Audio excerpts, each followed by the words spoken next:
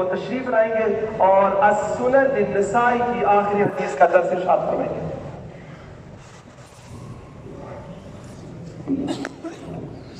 السلام علیکم.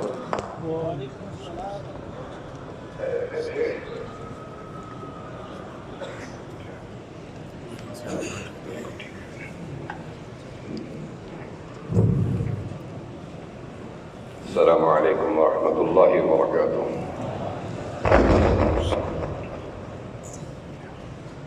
جی چلیے پڑھیے. بسم اللہ الرحمن الرحیم.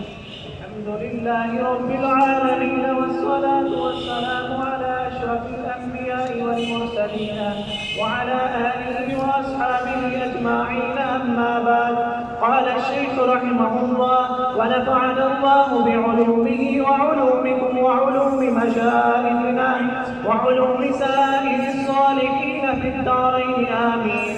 أقول أنا العبد حبير بن شفير الله قال حدثنا فضيلة الشيخ مولانا زبير حسن بن مولانا فضل الرحيم الأشرفي حفظه الله تعالى قال حدثنا فضيلة الشيخ مولانا يعقوب قال رحمه الله تعالى قال حدثنا فضيلة الشيخ العلامة إبراهيم البليوي رحمه الله تعالى قال حدثنا فضيلة الشيخ مفتي عزيز الرحمن العثماني رحمه الله تعالى قال حدثنا فضيلة الشيخ مولانا محمود حسن الديوبندي رحمه الله تعالى قال حدثنا فضيلة الشيخ حجة الإسلام مولانا محمد قاسم النانوي رحمه الله تعالى قال حدثنا فضيلة الشيخ الشيخ عبد العلي المجددي رحمه الله تعالى قال حدثنا فضيلة الشيخ محمد إسحاق الدهلوي رحمه الله تعالى قال حدثنا فضيلة الشيخ الشيخ عبد العزيز الدهلوي رحمه الله تعالى قال حدثنا فضيلة الشيخ الشيخ ولي الله محدث الدهلوي رحمه الله تعالى وبسند متصل منا إلى إمام أبي عبد الرحمن أحمد بن النسائي رحمه الله تعالى باب الأمر بالوضوء من النوم إلى أن قال أخبرنا قتيبة قال حدثنا داود عن عمرو عن قريب عن ابن عباس رضي الله تعالى عنهما قال صليت مع النبي صلى الله عليه وسلم ذات ليلة فقمت عن يساره فجعلني عن يميني فصلى ثم استجع ورقد فجاءه المؤذن فصلى ولم يتوضأ. مختصر. وبه قال أخبرنا يعقوب بن إبراهيم قال حدثنا محمد بن عبد الرحمن الكفابي قال حدثنا أيوب عن أبي كلابة عن أنس رضي الله تعالى عنه أن رسول الله صلى الله عليه وسلم قال إذا نعس أحدكم في صلاته فلينصرف وليرقد. ماشاء اللہ جزاک اللہ خیر. امام نسائی رحمہ اللہ نے یہ جو باب قائم کیا ہے باب الامر بالوضوء من النوم، نیند کی وجہ سے وضو کرنے کا حکم. ایسی نیند جو کہ لیٹ کر ہو یا غفلت والی ہو اس پر دوبارہ وضو کرنا لازمی ہے، وضو ٹوٹ جاتا ہے. امام نسائی رحمہ اللہ نے کتاب الطہارت کے اندر بھی یہ باب قائم کیا، باب 116 نمبر. وہاں پر امام نسائی رحمہ اللہ ایک حدیث مبارکہ سے استدلال پیش کر رہے تھے، اور اس باب کے تحت امام نسائی رحمہ اللہ 3 احادیث مبارکہ سے اپنا استنباط پیش کر رہے ہیں. یہ جو روایت آپ نے ابھی سنی ہے حضرت ابن عباس کی، اس میں جو راوی حضرت داؤد ہیں ان کا اصل نام ابو سلیمان داؤد بن عبد الرحمن القاری احدی مکی ہے. آپ سن 100 ہجری میں پیدا ہوئے. ائمہ صحاح ستہ آپ سے روایت کرتے ہیں، اور سنن نسائی میں بھی آپ سے 5 روایات کی گئی ہیں. ان کی یہ روایت جو کہ راوی حضرت عبداللہ ابن عباس فرماتے ہیں کہ صلیت مع النبی صلی اللہ علیہ وسلم ذات لیلۃ فقمت عن یسارہ۔ حضرت ابن عباس رضی اللہ تعالی عنہ فرماتے ہیں کہ ایک رات میں نبی کریم سرور دو عالم صلی اللہ علیہ وسلم کے ساتھ نماز پڑھی، اور اس نماز میں آپ کے بائیں جانب کھڑا ہو گیا۔ فجعلنی عن یمینہ فصلی، نماز کے اندر ہی رسول اللہ صلی اللہ علیہ وسلم نے مجھے پکڑا اور مجھے دائیں جانب کر دیا، اور اس کے بعد آپ نماز پڑھتے رہے۔ ثم اضطجع، اور آپ پھر پہلو کے بل لیٹ گئے، ورقد، اور آپ سو گئے۔ فجاء المؤذن، پھر مؤذن تشریف لائے، فصلی، آپ نے نماز پڑھی، ولم یتوضا، اور آپ نے وضو نہ فرمایا۔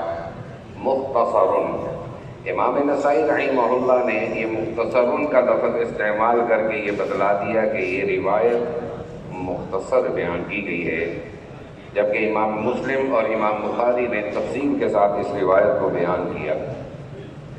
حضرت عبداللہ ابن عباس رضی اللہ تعالی عنہ یہ فرماتے ہیں کہ میں اپنی خالہ حضرت میمونہ کے گھر میں تھا، اور اس رات رسول اللہ صلی اللہ علیہ وسلم کی رات گزارنے کی باری حضرت میمونہ کے گھر میں تھی، اور میں حضرت صلی اللہ علیہ وسلم کے گھر میں تھا کہ میں یہ چاہتا تھا کہ رات کے اعمال اور تہجد کے اعمال اور صبح کے اعمال میں دیکھ لوں۔ یہ شوق تھا صحابہ کرام رضوان اللہ تعالی علیہم اجمعین کا۔ تو رسول اللہ صلی اللہ علیہ وسلم رات کو اٹھے، حضرت صلی اللہ علیہ وسلم نے قضائے حاجت فرمائی، اس کے بعد آپ کشکیزے کے پاس تشریف لے گئے، وضو کیا، اور وضو کے بعد نماز پڑھنی شروع کی۔ حضرت ابن عباس رضی اللہ تعالی عنہ فرماتے ہیں کہ میں حضرت صلی اللہ علیہ وسلم کے بائیں جانب کھڑا ہوا، تو رسول اللہ صلی اللہ علیہ وسلم نماز کے دوران ہی مجھے پکڑا اور مجھے دائیں جانب کر دیا۔ اس سے تین مسئلے نکلتے ہیں۔ ایک مسئلہ تو یہ کہ حضرت عبداللہ ابن عباس بالغ نہیں تھے، تو نابالغ مقتدی بن سکتا ہے۔ دوسرا مسئلہ یہ ہے کہ حضرت صلی اللہ علیہ وسلم نے نماز کے دوران ہی حضرت عبداللہ ابن عباس کو گھمایا اور اپنے دائیں جانب کھڑا کر دیا۔ اور تیسرا مسئلہ یہ ہے کہ امام سے اگر مقتدی آگے ہو جائے تو اس مقتدی کی نماز نہیں ہوتی، مقتدی کو امام کے باہر حال پیچھے ہونا ہی ہے۔ جیسے ہی مقتدی امام سے آگے ہوگا تو اس کی نماز ہرگز نہیں ہوگی۔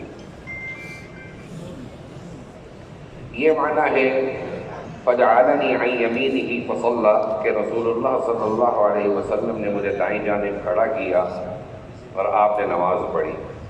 ثم اضطجع ورقد، پھر حضرت صلی اللہ علیہ وسلم نے اپنی 13 رکعتیں مکمل کرنے کے بعد آپ پہلو کے پر لیٹ گئے، ورقد، اور سو گئے۔ حضرت ابن عباس فرماتے ہیں کہ فجاء المؤذن، پھر حضرت بلال تشریف لائے اور حضرت صلی اللہ علیہ وسلم کو اطلاع کی۔ حضرت صلی اللہ علیہ وسلم اٹھے، آپ نے وضو نہ کیا، فصلی، آپ نے نماز پڑھی، اور صحابہ کرام کو نماز پڑھائی، ولم یتوضا، آپ نے وضو نہیں فرمایا۔ کی وجہ یہ ہے کہ نبی کریم صلی اللہ علیہ وسلم کی جو نیند ہے وہ ناقض وضو نہیں ہے۔ یہی حکم باقی انبیاء کرام کا ہے۔ آپ نے متعدد روایات میں یہ سنا ہے کہ حضرت صلی اللہ علیہ وسلم نے فرمایا کہ جب میں سوتا ہوں تو میری آنکھیں بند ہوتی ہیں، میرا دل جاگتا ہے۔ کی وجہ یہ محدثین نے بیان فرمائی کہ کیونکہ وحی کی آمد ہوتی ہے اور انبیاء ان وحیوں کی حفاظت فرماتے ہیں، اس لیے ان کی نیند جو ہے وہ ناقض وضو نہیں ہوتی۔ اگلی روایت جو آپ نے حضرت انس سے روایت جو سنی ہے، ان رسول اللہ صلی اللہ علیہ وسلم قال اذا نعس احدكم في صلاته فلينصرف وليرقد، کہ رسول اللہ صلی اللہ علیہ وسلم نے ارشاد فرمایا جب تم میں سے کسی شخص کو نماز کے اندر نیند آئے تو اس کو چاہیے کہ وہ پھر جائے اور جا کر سو جائے۔ فلینصرف، یہاں پر فلینصرف سے مراد یہ نہیں کہ نماز کو توڑ دے، بلکہ وہ نماز کو جلدی مکمل کرے اور جا کے آرام کرے، وَلْيَرْقُدْ سو لے اور اس کے بعد پھر نماز پڑھ لے۔ یہ اس صورت میں ہوگا کہ جب نماز کے اندر وسعت ہو، وقت ہو۔ اگر وقت نہیں ہے تو پھر وہ نماز کو مکمل کر لے۔